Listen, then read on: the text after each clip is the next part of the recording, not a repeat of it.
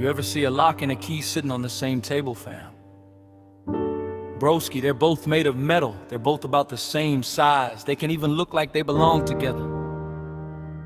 But here's the madness, cause if you force the wrong key into the right lock, nothing opens. In fact, you might damage both. There's a difference. Just because something fits into your hand doesn't mean it fits your purpose. That's where a lot of us get trapped. We spend years trying to force doors that God never designed us to walk through. We chase relationships that require us to compromise our values. We pursue careers that steal our peace. We run after opportunities that look good but quietly pull us away from Christ. Then when nothing works, we blame God for locking the door, fam. Maybe the door isn't the problem. Maybe you've been carrying the wrong key. People ask me, why does God keep closing doors? Wrong question. Ask the locksmith why he doesn't cut one key for every lock. Because every door has a purpose, and every purpose requires the right key. If every key opened every door, there would be no security. The doors God closes are often protecting blessings you haven't seen yet. Revelation 3:7 says of Jesus, what he opens no one can shut, and what he shuts no one can open. That's the confidence I live with. I don't have to kick down doors that Christ has already decided should remain closed. If I have to manipulate, deceive, or compromise to get through a door, it's probably not a door God opened. The enemy loves counterfeit keys. He whispers, take the shortcut. Nobody will know. Bend your convictions just this once, you deserve it. Cause shortcuts have a price tag that usually isn't revealed until much later. Esau traded his birthright for one meal. Judas traded his savior for 30 pieces of silver. The reward looked attractive until the consequences arrived. Satan has always been good at advertising the pleasure while hiding the bill. I've learned something about keys. They don't fight the lock, they align with it. That's wisdom. So many times I've tried to force God's timing instead of aligning my life with his will. Prayer isn't about convincing God to bless my plans. It's about allowing him to shape my plans until they fit his purpose. See, a key is designed with unique grooves. Every cut serves a purpose. Those difficult seasons in my life, those disappointments, those moments when I thought God was delaying me, broski, maybe those were the grooves he was carving into me. Without them, I wouldn't fit the assignment he has prepared. Romans 8 says a nod. It says God is conforming us to the image of his son. Every lesson is another groove, making me look more like Jesus. People compare keys. I wish I had their life, their gifts, their opportunities. Fam, a house key doesn't envy a car key. A car key doesn't envy a safe key. Each one opens something the others cannot.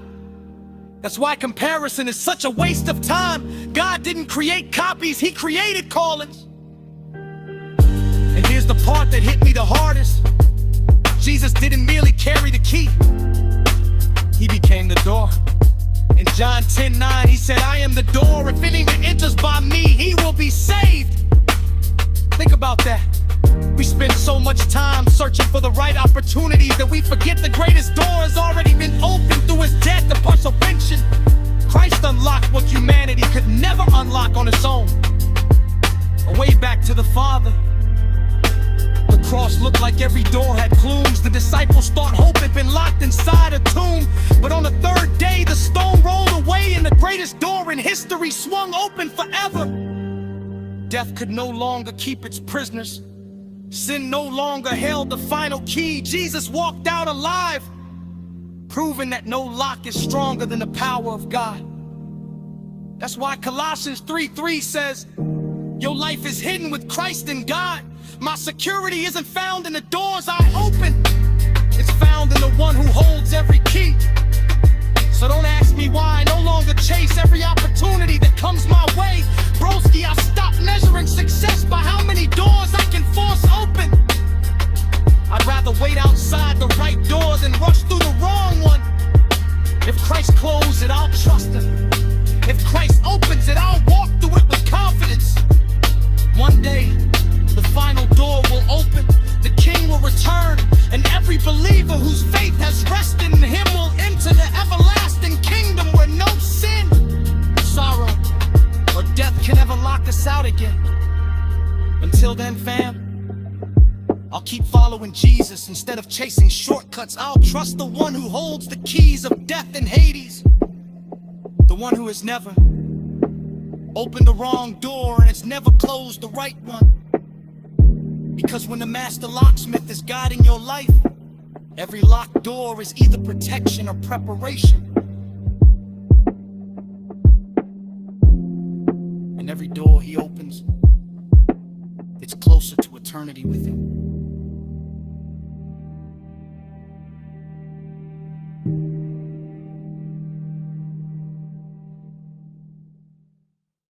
You ever watch a watchmaker fixing one of those expensive mechanical watches, fam? Broski, I used to think the value was in what everyone could see. The shiny glass, the polished hands, the gold finish. Then the watchmaker opened it up, tiny gears, tiny springs, tiny wheels. I could barely see, 'cause that's when it clicked. The parts getting all the attention weren't even the parts keeping the watch alive. There's a difference. Everybody admires the face of the watch.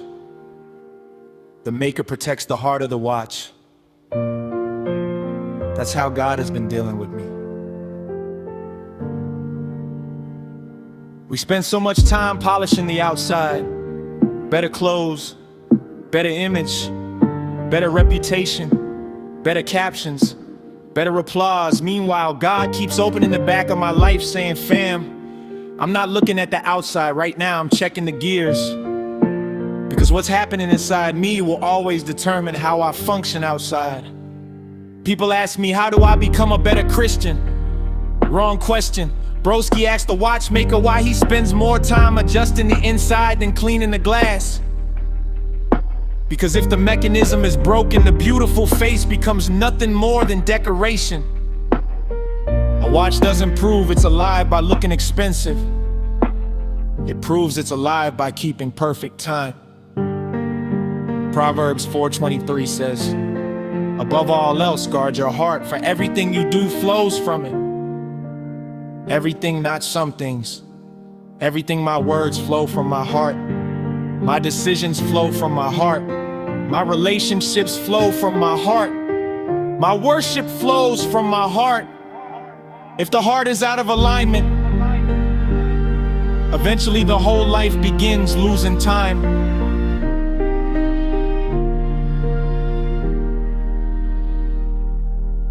The enemy understands that better than most people do. He doesn't always attack my ministry first, he attacks my private life. He doesn't always attack my Sunday worship, he attacks my Monday thoughts.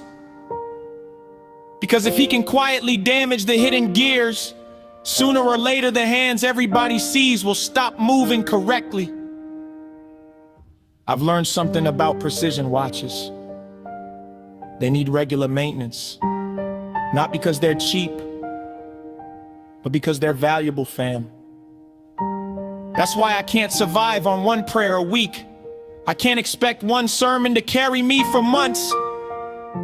Every day my heart needs recalibration. Every day I need God's word correcting my direction.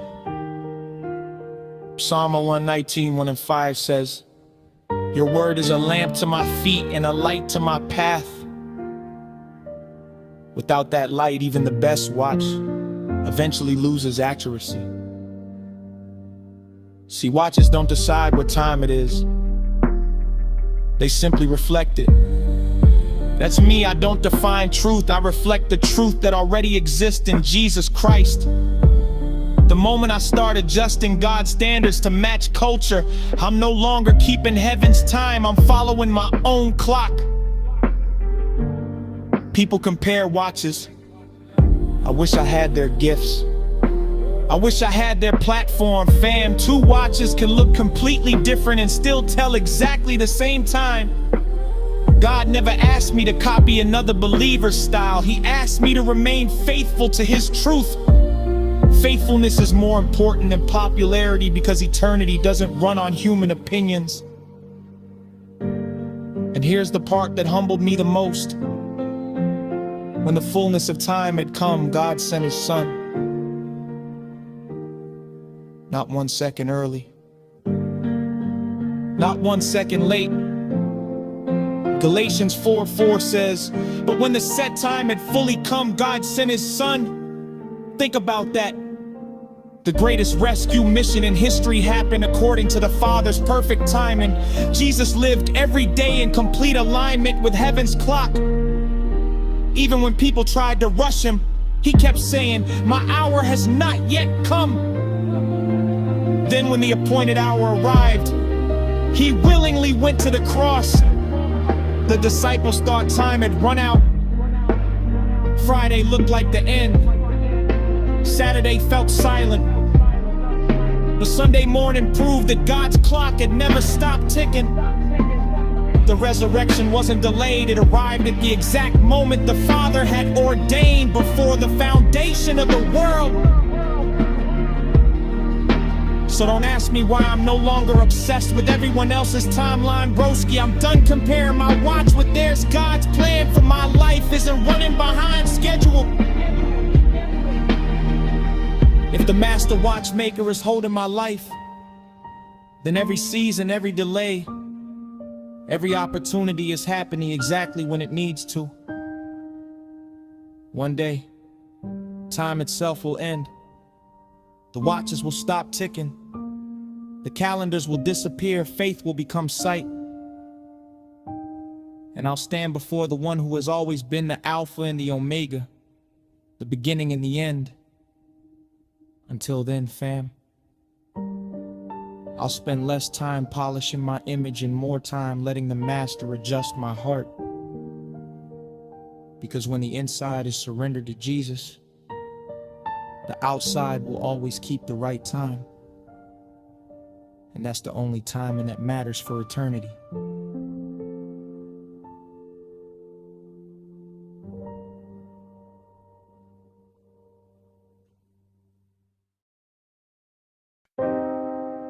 You ever stand in front of a mirror at the gym, fam? Broski, everybody loves looking at the results, bigger arms, better posture, more definition. But nobody hangs a mirror in the weight room to build muscle. Cause the mirror can show you where you are, but it can't make you stronger. There's a difference. A mirror reveals, resistance transforms. That's where a lot of us get stuck. We spend our whole lives staring at ourselves. We know every weakness, every insecurity, every failure, every flaw. We can point out everything that's wrong with us. But knowing what's wrong isn't the same as changing it. The mirror tells the truth, but it has no power to transform it. People ask me, why do I keep falling into the same sins? Wrong question, fam. Ask the athlete why he keeps lifting the weights instead of just looking in the mirror. Because strength isn't built by observation, it's built by resistance. God doesn't grow my faith by showing me how weak I am. He grows it by allowing me to face situations where I have to depend completely on Him. James 1:22 says, be doers of the word and not hearers only, deceiving yourselves. That's heavy verbiage. It's possible to know scripture and still remain spiritually weak.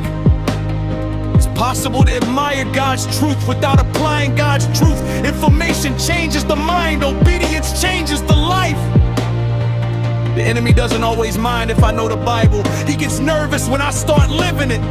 He doesn't panic because I highlighted another verse. He panics when I forgive someone who hurt me. He panics when I choose purity instead of temptation. He panics when I pray instead of worrying. Because that's when the word stops being ink on a page and starts becoming flesh in my daily life. I've learned something about weights. They never become lighter. You become stronger. That's wisdom. So many times I've prayed, Lord, remove this challenge. Meanwhile, God is saying, fam, I'm using this challenge to build the spiritual muscles you'll need tomorrow. Romans 5:3-4 says, We rejoice in our sufferings, knowing that suffering produces perseverance, perseverance, character, and character, hope. Heaven isn't wasting the struggle. Heaven is developing the disciple. See, every repetition matters. One push-up won't transform your body. One prayer won't transform your life. One day of reading scripture won't build lifelong faith. It's the daily repetition, the quiet consistency, the unseen discipline. That's where transformation lives. Broski, miracles can happen in a moment, but maturity usually grows one faithful day at a time. People compare strength. I wish I had their faith. 'Cause you're looking at their results without seeing their repetitions. You didn't see the nights they cried out to God. You didn't see the battles they fought in private. You didn't see the years they spent trusting God when nothing made sense. Strong faith isn't gifted, it's grown. And here's what humbles me the most. Jesus carried a cross, not because he was weak, because love was stronger than comfort. Every step toward Calvary was resistance against the temptation to walk away. He could have called down angels, he could have stopped the suffering, but he chose obedience. Hebrews 12:2 says, for the joy set before him, he endured the cross.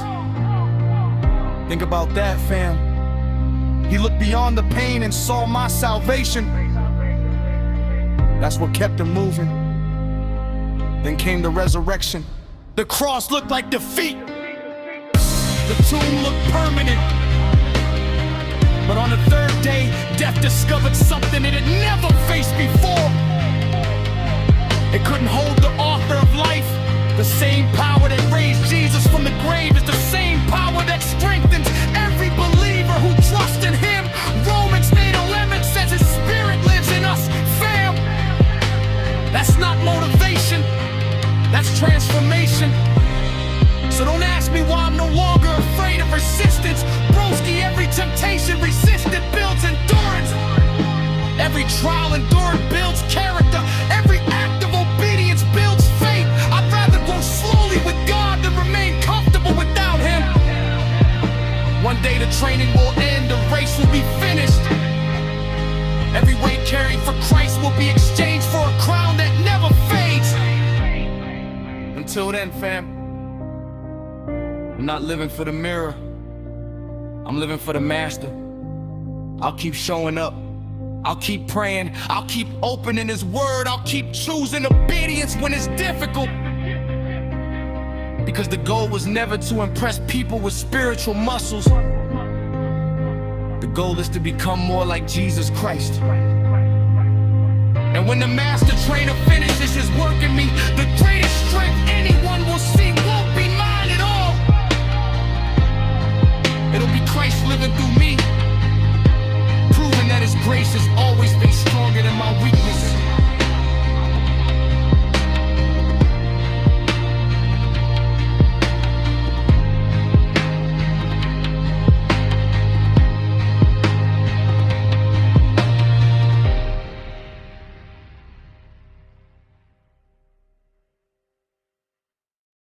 You ever watch a pilot before takeoff, fam? Broski, here's something most passengers never notice. Before that plane races down the runway, the pilot spends more time looking at the dashboard than looking out the window. Cause while everyone else is admiring the view, he's checking the instruments, altitude, fuel, engine pressure, erection. Why? Because feelings can lie, instruments don't. There's a difference.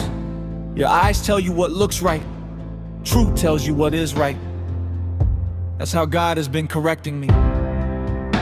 Too many times I've lived by what I feel instead of what God has already said. I feel forgotten, so I assume God has left me. I feel weak, so I assume I can't overcome. I feel delayed, so I assume I've missed my purpose. Fam, feelings make terrible pilots. They were created to ride along, not to take control. People ask me, how do I know if I'm making the right decision? Wrong question, Broski. Ask the pilot why he trusts his instruments even when the clouds block his vision. Because experienced pilots know something dangerous. When you're flying through thick clouds, your body can convince you the plane is upside down, even when it's perfectly level. If the pilot trusts his feelings instead of the instruments, he could crash. Spiritually, it's exactly the same. There are seasons when life becomes cloudy. You can't see the next step. You don't understand what God is doing. Everything inside you screams, turn back. But God's word keeps saying, keep trusting me. That's when faith becomes real. 2 Corinthians 5:7 says, for we walk by faith, not by sight. Catch that. Fam, God never promised that I'd always understand the route. He promised that he'd never leave the cockpit. The enemy knows he doesn't always have to change God's truth. He only has to make me doubt it. That's what he did in Eden. Did God really say? Notice he attacked Eve's confidence in God's word before he attacked her actions. Because once I stop trusting God's truth, I'll start trusting my emotions instead. I've learned something about airplanes. They face the strongest wind during takeoff. Broski, that blew my mind. The moment they're trying to rise is the moment they experience the greatest resistance. Isn't that how life feels? The moment you decide to follow Christ seriously, temptation increases. The moment you start praying consistently, distractions multiply. The moment you choose purity, compromise starts looking attractive. Resistance isn't always proof you're going the wrong way. Sometimes it's proof you're finally leaving the ground. See, pilots constantly communicate with the control tower. They don't fly independently, they receive instructions from someone who sees the entire airspace. That's prayer. I only see my next few steps. God sees the whole journey. Jeremiah 33:3 says, call to me, and I will answer you and tell you great and unsearchable things you do not know. Fam, why would I ignore the voice that sees farther than I ever could? People compare flights. Why are they flying higher than me? Because every aircraft has a different destination. Some are crossing oceans, some are making short trips. Stop comparing altitudes when God has given each life a different assignment. And here's the part that gives me peace. Jesus. Eva lost sight of his destination. Even when the cross came into view. Even when the disciples misunderstood him. Even when the crowds abandoned him. Luke 9:51 says that Jesus set his face toward Jerusalem. He knew exactly what awaited him. Pain, rejection, crucifixion. Yet he never changed course because he trusted the Father's flight plan more than the comfort of an easier route. Then came the greatest landing in history. Not in Jerusalem, in a borrowed tomb. For 3 days, it looked like the mission had failed. But Sunday morning proved the Father's plan had never been off course. The resurrection became heaven's announcement that God's route always leads to victory, even when it passes through places that look like defeat. So don't ask me why I'm learning to trust God's dashboard more than my own emotions, broski. My feelings change with the weather. His word does in my heart can become anxious. His promises remain steady. I'd rather fly through clouds with Christ and enjoy clear skies without him. One day, this flight will be over, the turbulence will end, faith will become sight.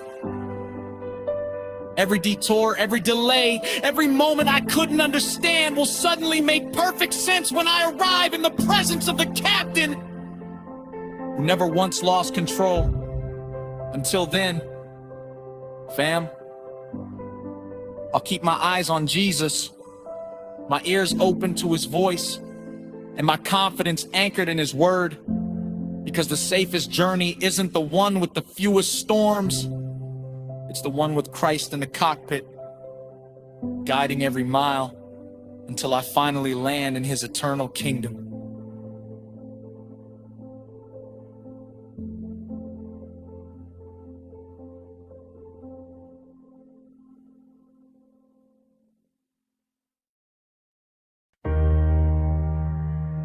They asked me, why are you always learning?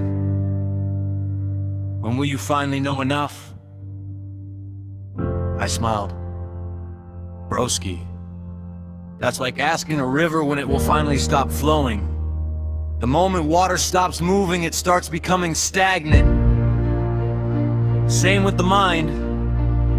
The moment you stop learning, you start becoming a museum of old ideas. And the world doesn't reward museums, it rewards people who can adapt, create, solve, and grow. See, knowledge isn't something you collect just to look intelligent. Knowledge is a weapon. Wisdom is knowing when and how to use it.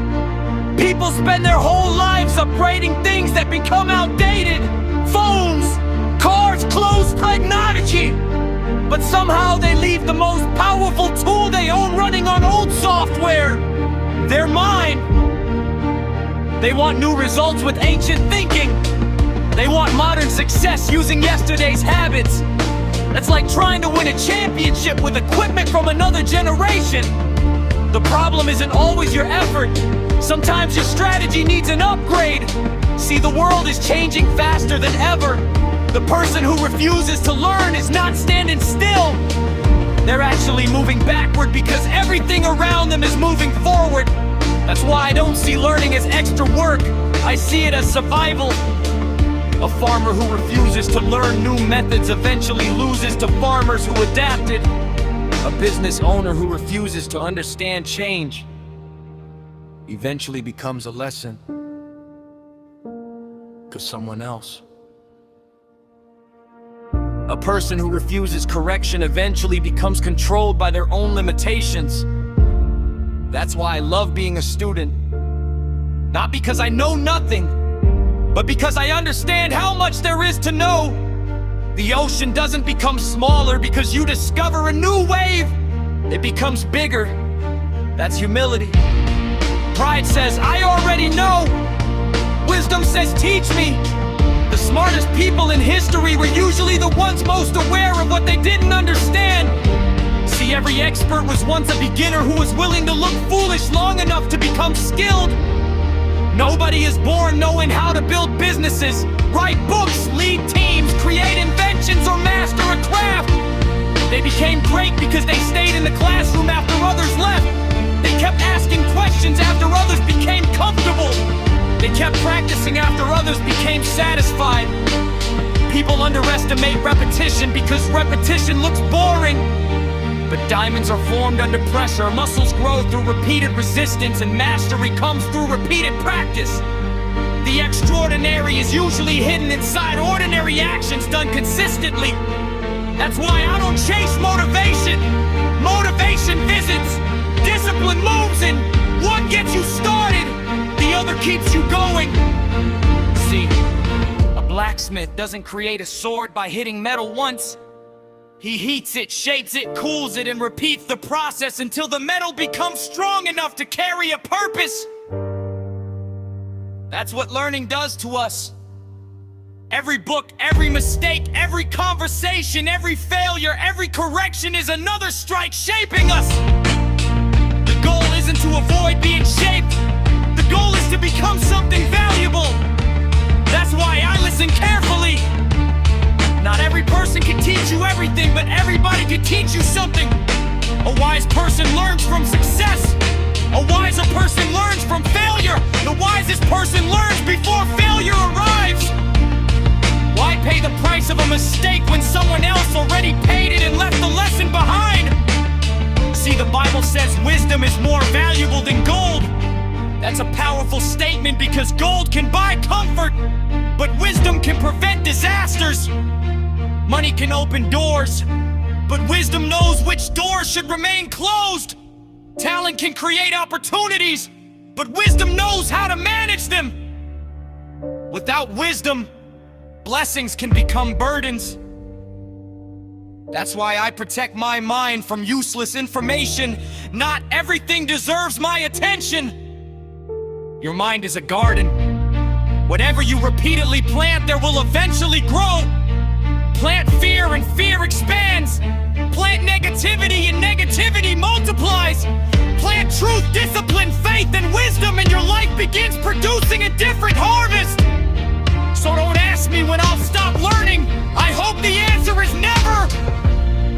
Because the moment I believe I have arrived is probably the moment I start declining. The greatest leaders remain students. The greatest athletes remain students. The greatest believers remain students. Because at the end of the day, life is the greatest classroom you'll ever enter. Every experience is a lesson. Every challenge is a teacher. Every season is training, and the person who keeps learning keeps becoming. The world may take your money, your position, or your possessions, but nobody can steal the wisdom you've built inside yourself. That's why I keep reading, I keep asking, I keep growing, not because I'm behind, because I understand that the person who stops becoming better eventually becomes a stranger to their own potential. And I refuse to meet the version of myself that could have existed if I had simply stopped learning.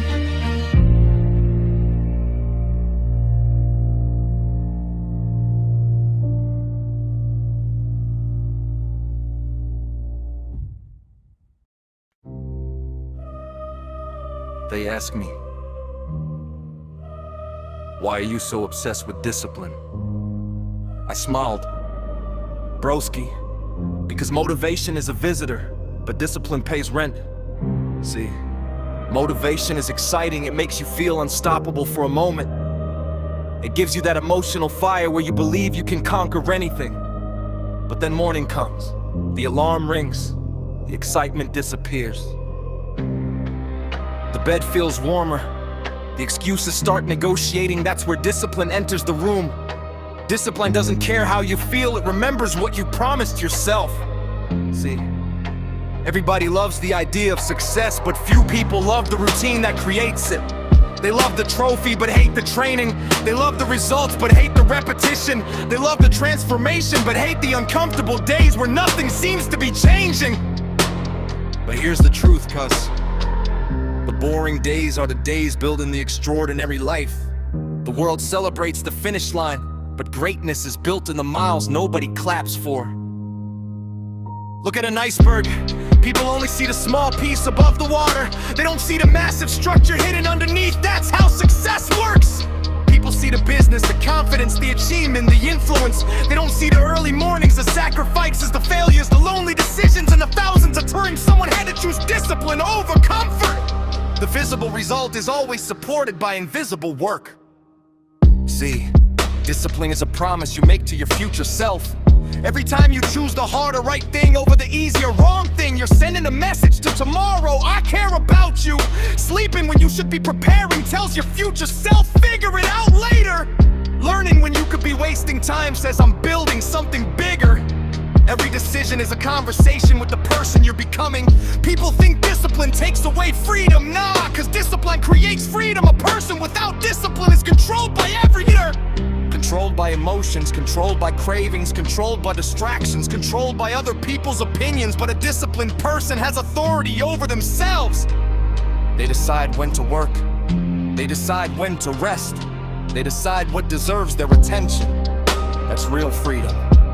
See, a wild horse has power, but without training that power can destroy. A trained horse has the same strength, but now it has direction. That's what discipline does.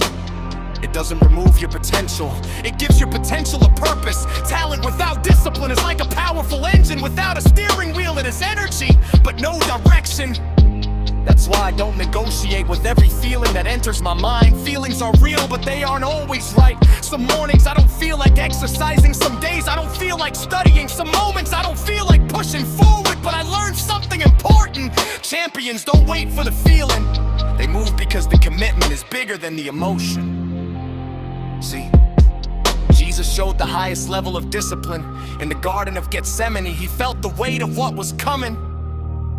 He didn't pretend it was easy. He didn't deny the pain, but he chose purpose over comfort. That's discipline at the highest level, doing what is right even when it costs you something. That's why I respect disciplined people. Not because they never struggle, but because they struggle and still show up. Anybody can perform when everything is easy. Character is revealed when the conditions are difficult. The storm doesn't create the foundation, it reveals it. See, every bricklayer understands something. One brick doesn't look impressive, 10 bricks don't look like a building, 100 bricks still look incomplete, but keep placing them every day, and eventually people walk past and call it a masterpiece. They see the building, they don't see the thousands of individual bricks. That's discipline. Small actions repeated until they become something undeniable. So don't ask me why I protect my routine. My routine is protecting my future. Every early morning, every sacrifice, every uncomfortable choice is another brick. I'm not chasing perfection, I'm chasing progress. I'm not trying to prove I'm better than others. I'm trying to become better than yesterday's version of myself. Because at the end of the day, success isn't built by the person who works hard once. It's built by the person who keeps showing up when the excitement disappears. When nobody is watching, when nobody is clapping, when nobody even knows the battle is happening. That's when discipline speaks. And one day, the world will call it success. But you and God will know the truth. It was simply discipline keeping a promise that nobody else could see.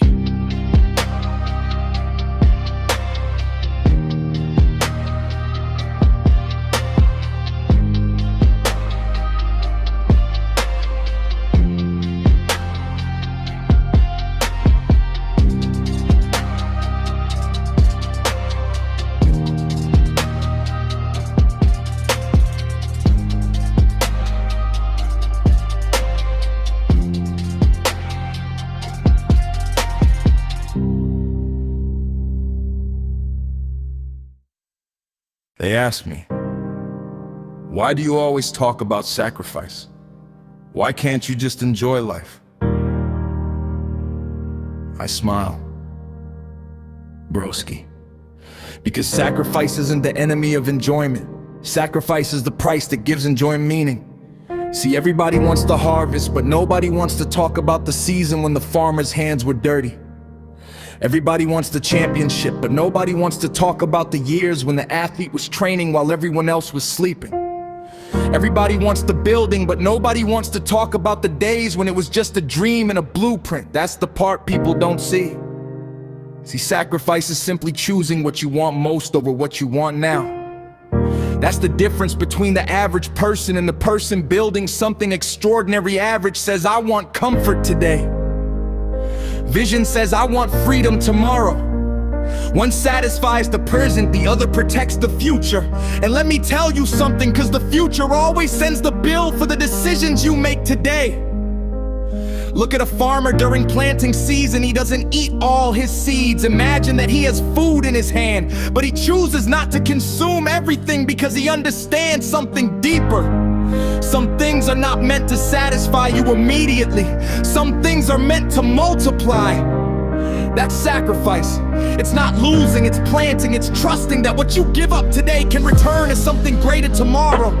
See, people misunderstand sacrifice because they only see what leaves your hands. They don't see what enters your character. You give up laziness, you gain discipline. You give up distractions, you gain focus.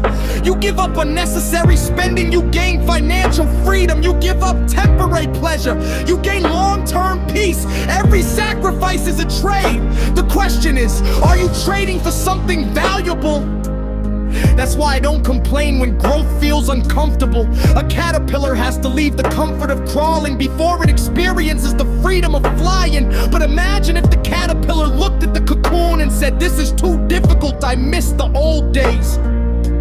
It would never discover what it was created to become. Sometimes the thing that feels like limitation is actually preparation. See, gold doesn't become valuable because it avoids pressure. It becomes valuable because it survives the fire. Diamonds don't become precious because they had an easy journey. They become precious because pressure transformed them. So why do we expect our lives to become valuable without experiencing any refining? Pressure isn't always proof that something is wrong. Sometimes it's proof that something is being formed. Look at every person who built something meaningful. They all had moments where they had to choose. Choose the dream or the distraction. Choose discipline or comfort. Choose faith or fear. Those decisions might have looked small at the time, but small decisions build massive futures. A skyscraper isn't built with one giant brick. It's built with thousands of small ones placed correctly. See, sacrifice also reveals your priorities. Everybody says something matters until it costs them something. Your true priorities are not found in your words, they're found in what you're willing to give up. If your dream is important, it will eventually ask for your time. If your faith is important, it will eventually ask for your obedience. If your family is important, it will eventually ask for your attention. That's why Jesus spoke about counting the cost. Before building a tower, a wise person considers what it will require, not because the tower isn't worth building, but because anything valuable requires commitment. A strong marriage requires sacrifice. A successful business requires sacrifice. A meaningful life requires sacrifice. Nothing great is built by people who only show up when it's convenient. See, I'm not sacrificing because I hate the present. I'm sacrificing because I respect the future. I know the person I want to become requires decisions from the person I am today. Future me is depending on today's choices. Future generations may benefit from today's discipline that's bigger than my comfort. So when people ask why I say no to certain things, why I work when others rest, why I prepare when others relax, I don't take it personally. They are looking at the seed and wondering why I'm not eating it. They don't understand, I'm not starving myself, I'm planting. Because at the end of the day, sacrifice is not about losing something, it's about making room for something greater. The greatest achievements in life are always protected by the sacrifices that created them. And when the harvest finally comes, you won't regret the seeds you refused to eat. You'll thank God you had the wisdom to plant them.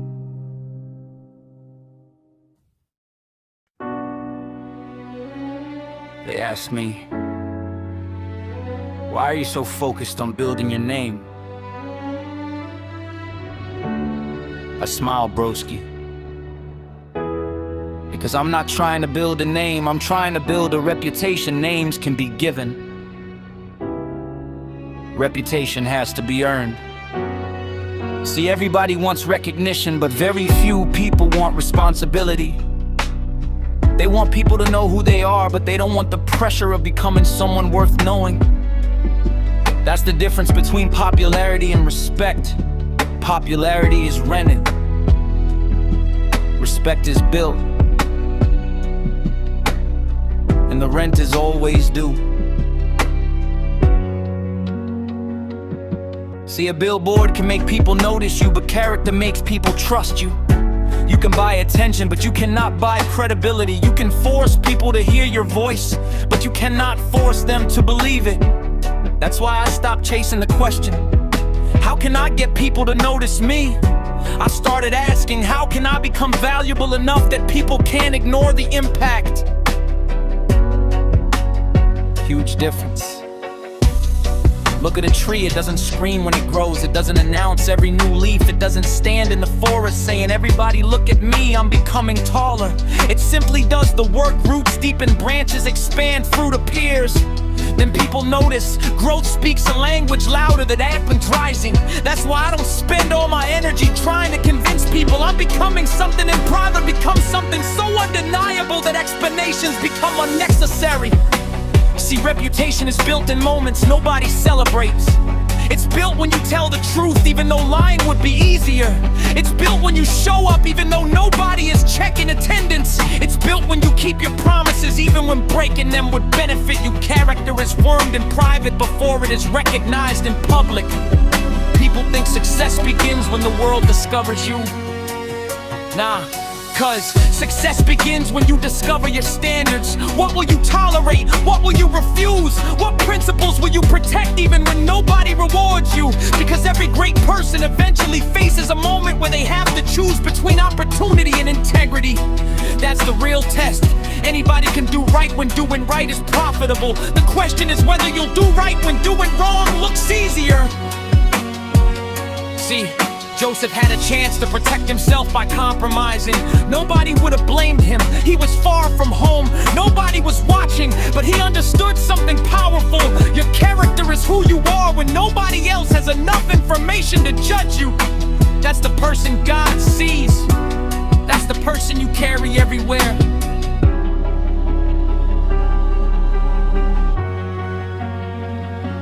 I've learned that your reputation walks into rooms before you do. People may not know your full story, but they know your patterns. They know whether your words match your actions. They know whether your energy brings solutions or problems. They know whether they can trust you with responsibility. That's why trust is one of the greatest currencies in life. Once people know you're reliable, opportunities start finding you. See, gold doesn't need to chase people.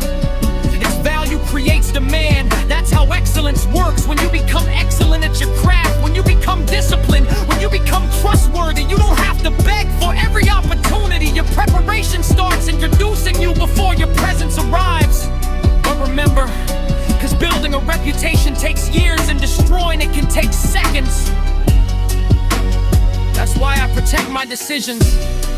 A single careless moment can damage something that took years to create. That's not fear, that's wisdom. A pilot respects the plane because thousands of lives depend on it. A builder respects the foundation because the entire structure depends on it. I respect my character because my entire future depends on it. See, I don't want to be known just because people recognize my face. I want to be remembered because people felt the difference when I was there. I want my work to solve problems. I want my words to bring hope.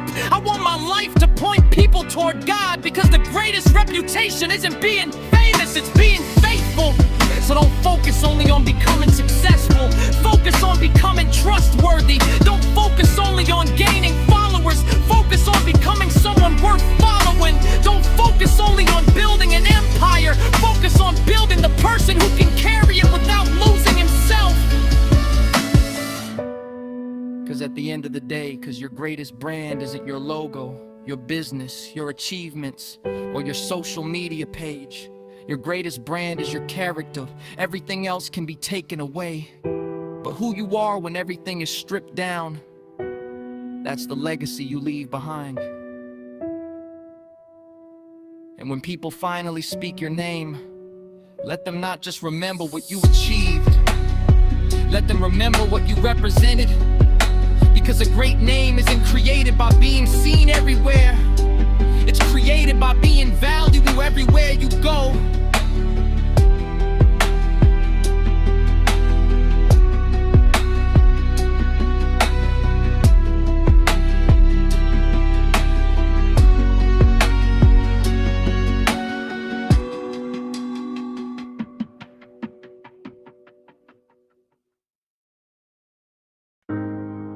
They asked me, why are you so calm when things are falling apart? I smiled, broski. Because panic has never built anything. Panic doesn't rebuild houses. Panic doesn't solve problems. Panic doesn't create opportunities. It just makes you spend energy fighting a battle that hasn't even happened yet.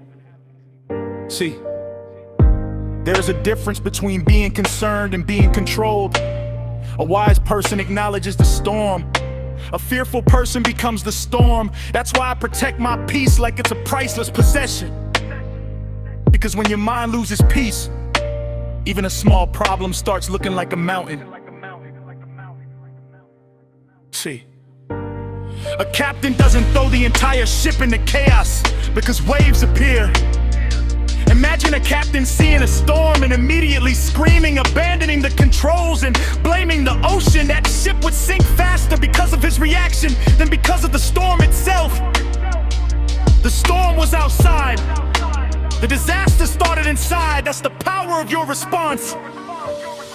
You can't control every wave that hits your life, but you can control whether you let every wave take control of your direction.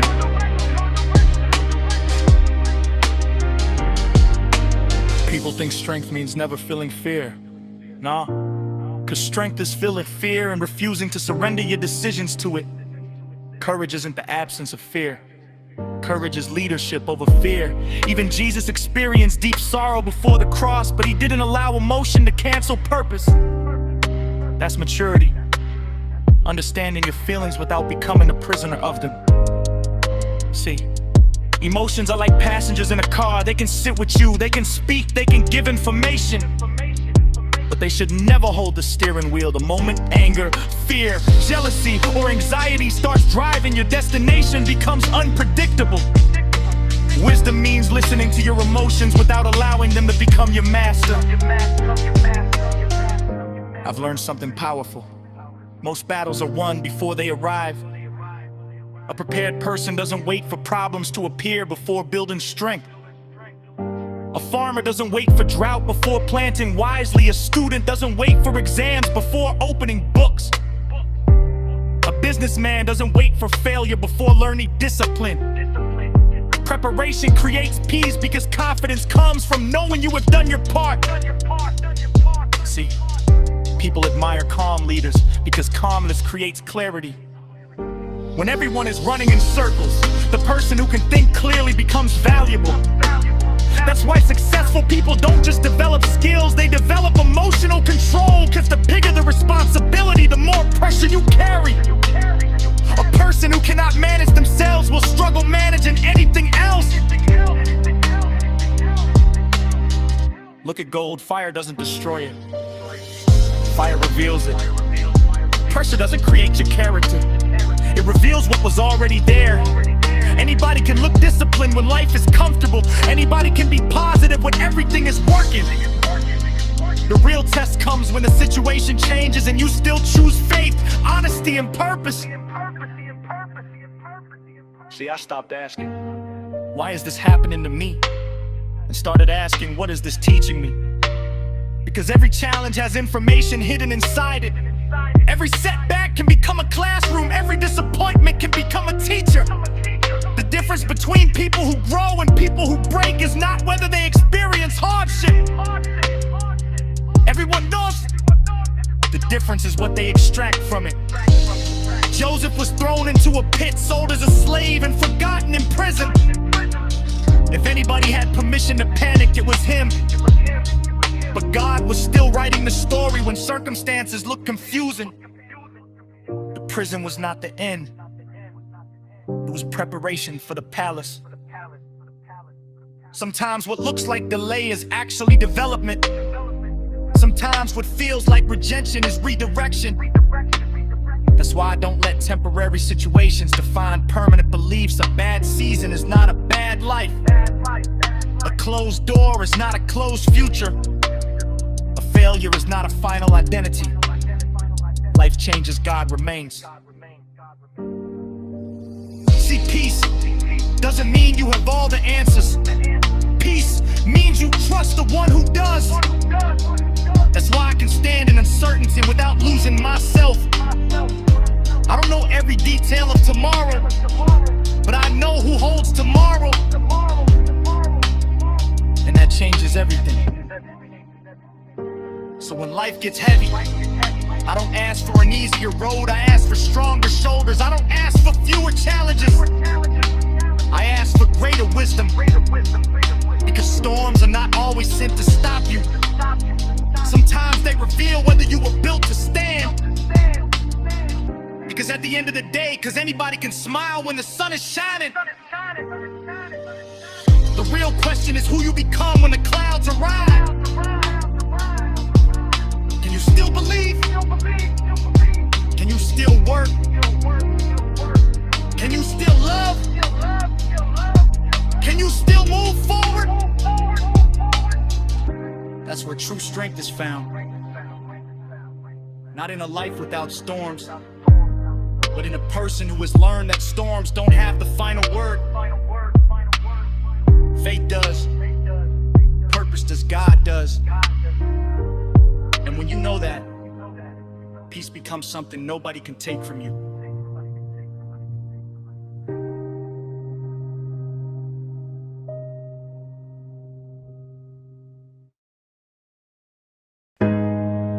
They asked me, what's the biggest investment you ever made? I laughed, broski. They expected me to say business, maybe property, maybe stocks, maybe crypto. Nah, the greatest investment I ever made was learning how to think. Because before money enters your pocket, it first enters your mind. Before a building stands on land, it stands as an idea. Before a company hires employees, it hires imagination. Everything you see in this world existed twice. First as a thought, then as a reality. That's why I protect my mind like a billionaire protects his vault. A vault without treasure is just an empty room. A mind without wisdom is exactly the same. See, people spend years learning how to make money, but almost no time learning how to manage themselves. That's backwards. Money doesn't magnify your intelligence. It magnifies your habits.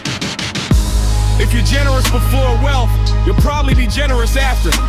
If you're careless before wealth, don't expect another zero in your bank account to suddenly create discipline. Money is a microphone. It turns the volume up on whoever you already are.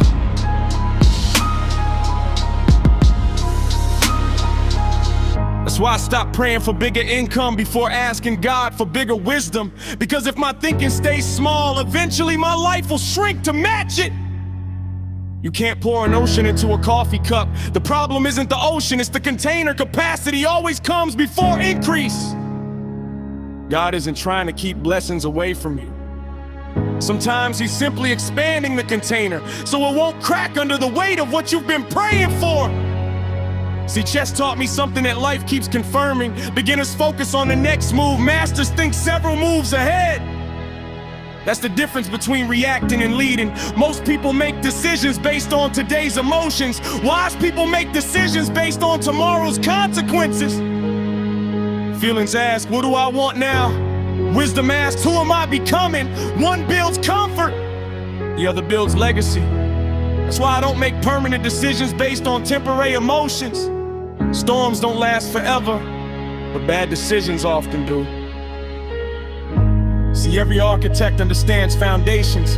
Nobody walks into a construction site and complains because they can't see the roof on the first day. They understand that the deeper the foundation, the taller the building can become, yet people complain because life feels slow while God is digging deeper. We mistake excavation for delay. We think heaven has forgotten us because all we can see is dirt. But foundations are never glamorous. They're simply necessary.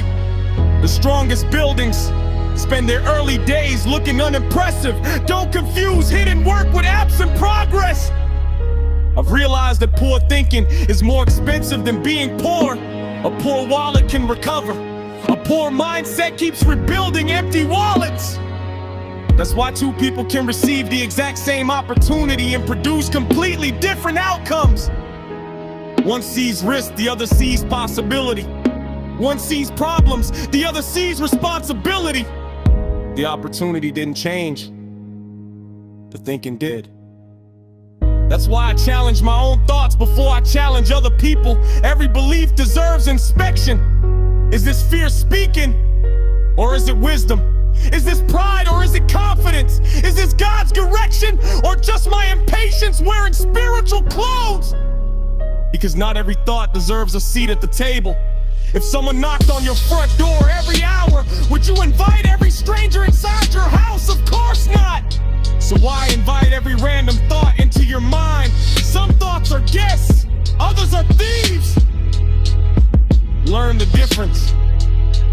Paul wrote that we should take every thought captive. I used to read that as poetry. Now I read it as strategy, because every action as soon as permission go into a thought. Win the battle there, and many battles never have to happen anywhere else. So don't ask me where I found my biggest breakthrough. It wasn't in a bank, it wasn't in a classroom, it wasn't even in a business meeting. It happened the day I realized that the greatest battlefield isn't the marketplace, it's the mind. That's where dreams are either born or buried. That's where fear either grows or gets defeated. That's where faith either rises or gets replaced by excuses. Because at the end of the day, your life rarely rises above the level of your beaten guns. Your mind through the truth, sharpen it with wisdom, surrender it to God, and watch what happens. The same mind that once created excuses can begin creating solutions. The same person who doubted every step can become the one leading others through the storm. And that's when you'll understand the greatest investment wasn't the money you made. It was the mind that God transformed before He ever trusted you to make it.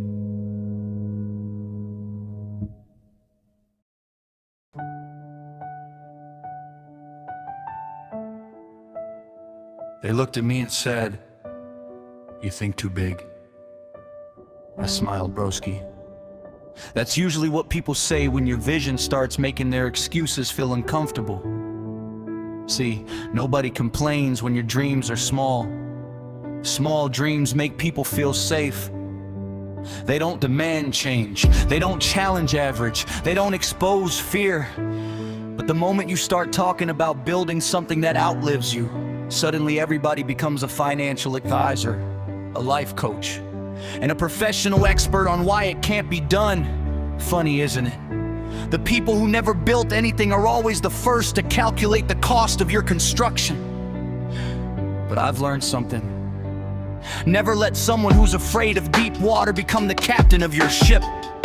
See, vision is like an eagle. Chickens will never understand why it keeps flying higher. They're too busy arguing over crumbs to appreciate the sky. It's not that the eagle hates the ground, it just wasn't designed to spend its whole life there. That's the danger of surrounding yourself with people who are comfortable where you were never meant to stay. If everybody around you is satisfied with surviving, don't be surprised when they call your hunger for growth too much. Mediocrity always labels excellence as obsession, because excellence reminds it of the effort it refused to make. People keep asking me where confidence comes from. Confidence doesn't come from seeing the whole staircase. It comes from trusting the architect who designed it. Noah looked crazy until it rained. Abraham looked foolish until the promise arrived. Nehemiah looked unrealistic until the walls stood again. Vision has always sounded ridiculous before becoming reality. If everybody immediately understands your dream, maybe it isn't stretching you enough. God-sized assignments rarely fit inside human logic on the first explanation. See, I don't dream big because I think I'm big. I dream big because my God is huge difference. Arrogance says, look what I can do. Faith says, imagine what God can do through someone who's available. That's why I don't panic when the dream looks impossible. Impossible has always been one of God's favorite starting points. The Red Sea looked impossible until it opened. 5 loaves looked impossible until they fed thousands. A cross looked impossible until it became an empty tomb. Heaven has a history of turning impossible into evidence. But here's what people don't tell you about vision. Vision is expensive. Not because it costs money first, but because it costs comfort. It'll ask you to leave familiar places. It'll ask you to outgrow old habits. It'll ask you to disappoint people who only like the smaller version of you. Growth always charges a price before it pays a reward. That's why most people settle.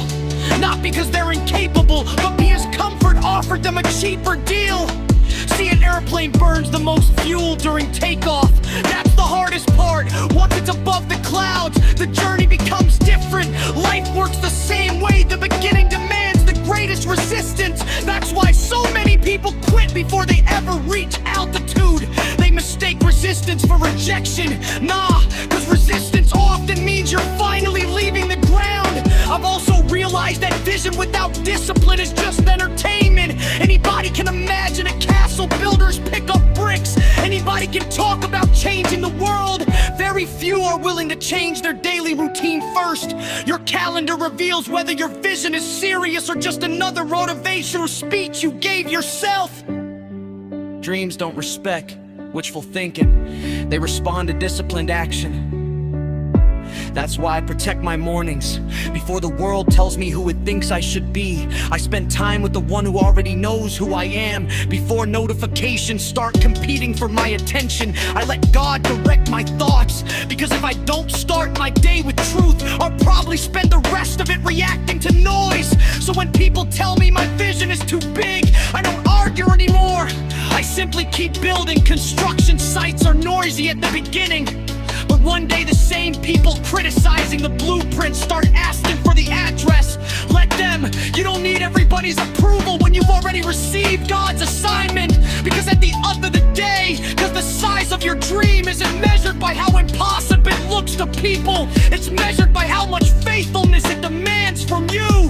Dream so big that only God gets the glory when it happens. Work so consistently that your discipline becomes louder than your announcements. Stay so close to God that your ambition never outruns your obedience. And when the building finally stands, don't point people to your talent. Point them to the master builder who gave you the blueprint in the first place. That's a vision worth giving your life to.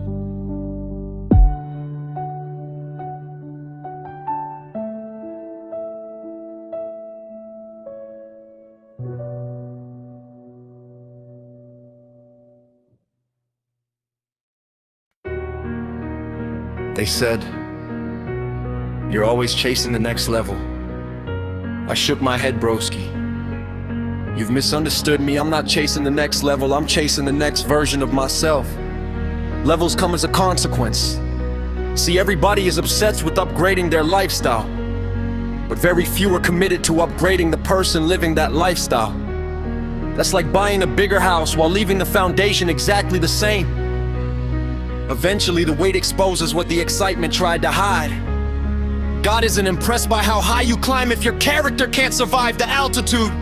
See, mountains teach a lesson most people miss. The higher you climb, the thinner the air becomes. Breathing gets harder, the view gets better, but so does the responsibility. That's why not everybody belongs at the summit. It isn't because they're incapable. It's because many people love the idea of the top more than they love the discipline required to stay there. Reaching the top gets attention. Remaining there requires character. Anybody can have one good season. Greatness is measured by consistency, not moments. People keep saying, I want more. More what? More money, more influence, more followers. Be careful with that prayer. More doesn't solve problems, more reveals them. Give an undisciplined man more money and he'll multiply bad decisions. Give an insecure person more attention and they'll become addicted to applause. Give a proud person more power and they'll mistake authority for ownership. Increase never changes your nature, it exposes it. That's why God often develops the person before delivering the platform. Think about Joseph. God gave him dreams as a teenager, but he didn't give him the palace immediately. There was a pit, then slavery, then prison. From the outside, it looked like life was moving backward. Heaven called it leadership training because a man who couldn't remain faithful in prison would have become dangerous in a palace. We keep praying for the throne while complaining about the prison that's preparing us for it. See, I've stopped asking God to make me successful. Now I ask him to make me trustworthy. Success without trustworthiness is like handing a child the keys to a kingdom. It won't end well. Heaven doesn't just bless talent. Heaven blesses stewardship. That's why the parable of the talents wasn't really about money, it was about faithfulness. God was asking one question: can I trust you with more than you currently have? That's the interview we're all taking every single day. See, rivers don't become powerful because they rush. They become powerful because they keep flowing. They don't stop every few meters asking whether they're making progress. They simply continue. Eventually they carve valleys, shape landscapes, and reach oceans. Persistence quietly accomplishes what impatience keeps interrupting. That's why I don't need instant results anymore. I need daily obedience. Results eventually catch up with obedience. They always do. I've also learned that every new level demands the death of an old version of you. The lazy version can't enter the discipline season. The fearful version can't lead courageous people. The prideful version can't carry God's favor for long. Growth isn't about adding everything. Sometimes it's about subtracting what no longer belongs. A sculptor creates beauty by removing stone, not adding more. God often shapes us the same way. He chips away pride, selfishness, impatience, and distraction until what's left begins to resemble his purpose. That's why I don't get offended when life feels uncomfortable. Maybe God isn't punishing me. Maybe he's pruning me. Jesus said every branch that bears fruit gets pruned so it can bear even more fruit. Notice that fruit wasn't the end. Greater fruit was even productivity isn't an excuse to stop growing. So don't mistake my hunger for dissatisfaction. I'm grateful for where I am. I just refuse to waste who I'm to climb. gratitude, and ambition can live in the same heart when ambition is surrendered to God. I thank Him for today's blessings while preparing faithfully for tomorrow's responsibilities. Cause at the end of the day, cause the greatest competition you'll ever face isn't against another entrepreneur, another athlete, another student, or another creator. It's against the version of yourself that keeps whispering, "This is good enough." Sometimes it is, but sometimes good enough is the quietest enemy of God's best. So I wake up every morning with one prayer: Lord, make me the kind of man who can faithfully carry whatever you have already planned to place in my hands. Because if He transforms the man, the mission will eventually take care of itself. And that's a level no amount of money, fame, or applause could ever buy.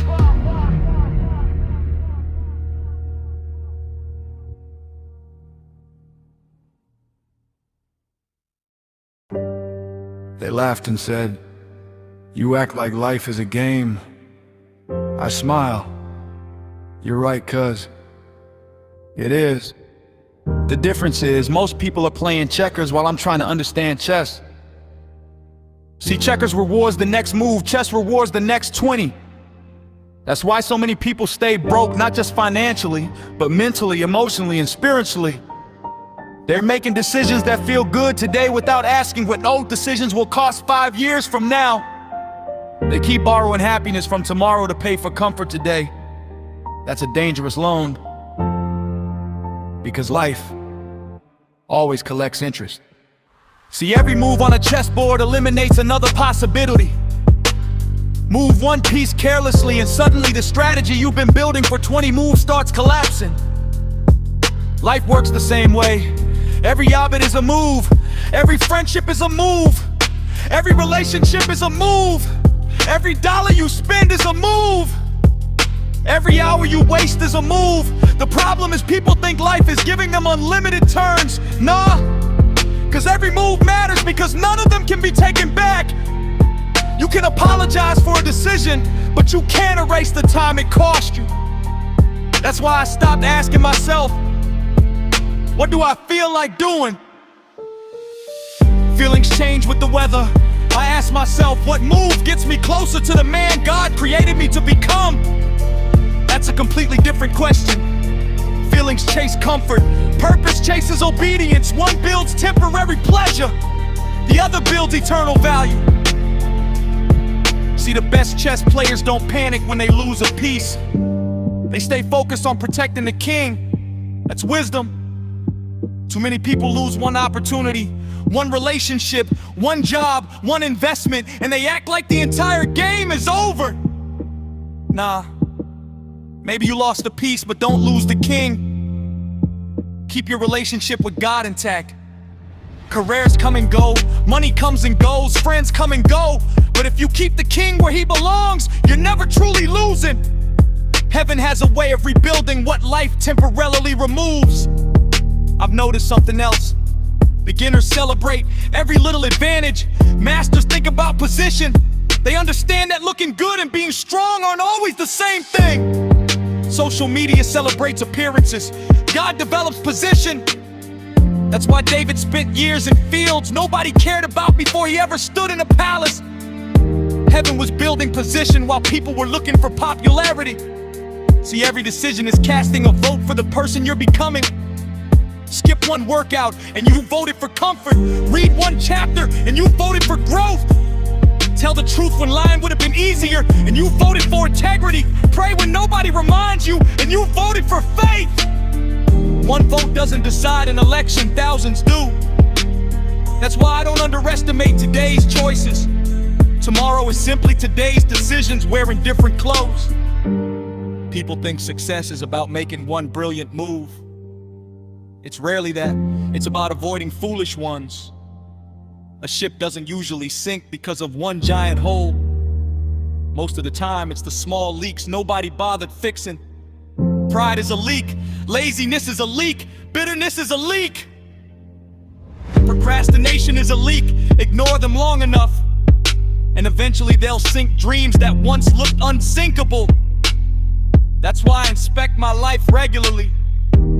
Not because I expect perfection, but because I respect direction. Pilots constantly adjust their course even when the plane is flying perfectly. Tiny corrections prevent massive disasters. Pride says, I'm fine. Wisdom says, let me check again. That's why I invite God to search my heart. I'd rather be corrected now than collapse later. See, Satan doesn't always attack with obvious evil. Sometimes he simply distracts you long enough to make one careless move. That's all he needs. One compromise, one unforgiveness, one unchecked habit. That's why scripture tells us to stay alert. Every great player knows the match isn't won because you're confident. It's won because you remain focused until the final move. So yeah, life is a game, but not the kind people think. This isn't about beating other players. It's about finishing the assignment God gave you without abandoning the strategy He wrote for your life. Some people are busy trying to checkmate everyone around them while slowly losing themselves. Because at the end of the day, the greatest victory isn't proving you're smarter than the next person. It's reaching the end of your life and hearing God say, well done, good and faithful servant. That's checkmate. Not because you defeated everybody else, but because you stayed faithful to the king from the opening move all the way to the final one.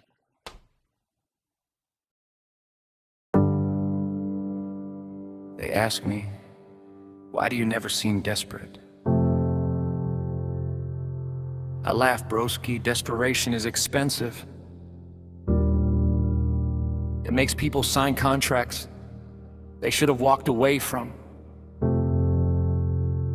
It makes them enter relationships God never approved. It makes them take shortcuts that look like opportunities until the bill arrives. See, desperation doesn't just empty your pockets, it empties your discernment. The moment fear starts making your decisions, wisdom quietly walks out of the room. That's why I don't move because I'm desperate, I move because I'm directed. Huge difference. See, a hungry fisherman doesn't throw his net into every puddle he sees. He understands the difference between water and opportunity. But people, they'll chase every trend, every rumor, every business idea, every relationship, every quick money scheme simply because they're afraid of missing out. Funny thing is, while they're busy chasing everything, they end up catching nothing. Focus has always been more profitable than frenzy. I've learned that when a lion hunts, it doesn't sprint after every animal crossing the field. It watches, it waits, it studies. Then, when the right moment comes, it commits with everything it has. That's not laziness, that's discipline. Energy is precious, direction is priceless. Why waste both on things God never assigned you to pursue? People think patience means doing nothing. Nah, cause patience means refusing to let panic become your manager. Imagine a builder pouring concrete. Does he keep touching it every 5 minutes to see if it's hard yet? Of course not. He understands that some things become strong because they're left alone long enough to settle. Faith works like that. You plant, you water, you pray, then you trust God with the timing. Constant panic doesn't speed up the process, it only steals your peace. See, Esau traded his birthright for one meal because he was desperate. One meal, think about that. A lifetime of inheritance exchanged for temporary hunger. That's what a revolution does. It convinces you that today's discomfort is worth sacrificing tomorrow's destiny. But temporary hunger has never been permission to make permanent mistakes. Not every craving deserves satisfaction. Some cravings exist to test whether your purpose is stronger than your appetite. That's why I don't make major decisions when emotions are shouting. Burner is loud, fear is already stubborn and clerical wisdom usually levers. That's why I spend time with God before making decisions that could change my life. Because when the world is screaming, His voice remains steady. And I'd rather follow a quiet truth than a loud lie. See, I don't need every opportunity because what's meant for me doesn't require me to abandon my values to receive it. If I have to lie to get it, it's too expensive. If I have to compromise my integrity to keep it, it's too expensive. If I have to distance myself from God to maintain it, it's far too expensive. The price of success should never include your soul. Jesus asked, what does it profit a man to gain the whole world and lose his soul? That's not just a Bible verse, that's one of the greatest business principles ever spoken. Never make a profitable deal that bankrupts your spirit. I've noticed rivers don't compete with the rain. They simply keep flowing. They understand that their source is bigger than the season. That's how I want to live. Not chasing every cloud, but trusting the source that never runs dry. When you know God is your provider, you stop behaving like every missed opportunity is the last one on earth. Doors close, God remains. Yours disappear, God remains. Markets change, God remains. That's confidence no economy can shake. So don't confuse my confidence with a lack of ambition. I'm ambitious, I just refuse to let ambition become anxiety. I work hard like everything depends on my effort. Then I pray knowing everything ultimately depends on God. That's balance. That's freedom. Because at the end of the day, because desperate people grab whatever is closest, faithful people wait for what's right. One is driven by fear of losing, the other is guided by confidence in God's timing. And I've learned that God has never needed my panic to fulfill his promises. Abraham's impatience for calling these mills, God's timing produced Isaac. Same promise, completely different outcome. So if life ever tempts you to rush, cause then everyone else seems to be moving faster. A seed forced or open for its season never becomes a tree. Stay muted, stay fruitful, stay patient. Let God finish what he's growing beneath the surface. Because the strongest blessings aren't the ones you forced into existence. They're the ones you were mature enough to wait for. And trust me, because anything worth having is worth waiting on when God's the one writing the timeline.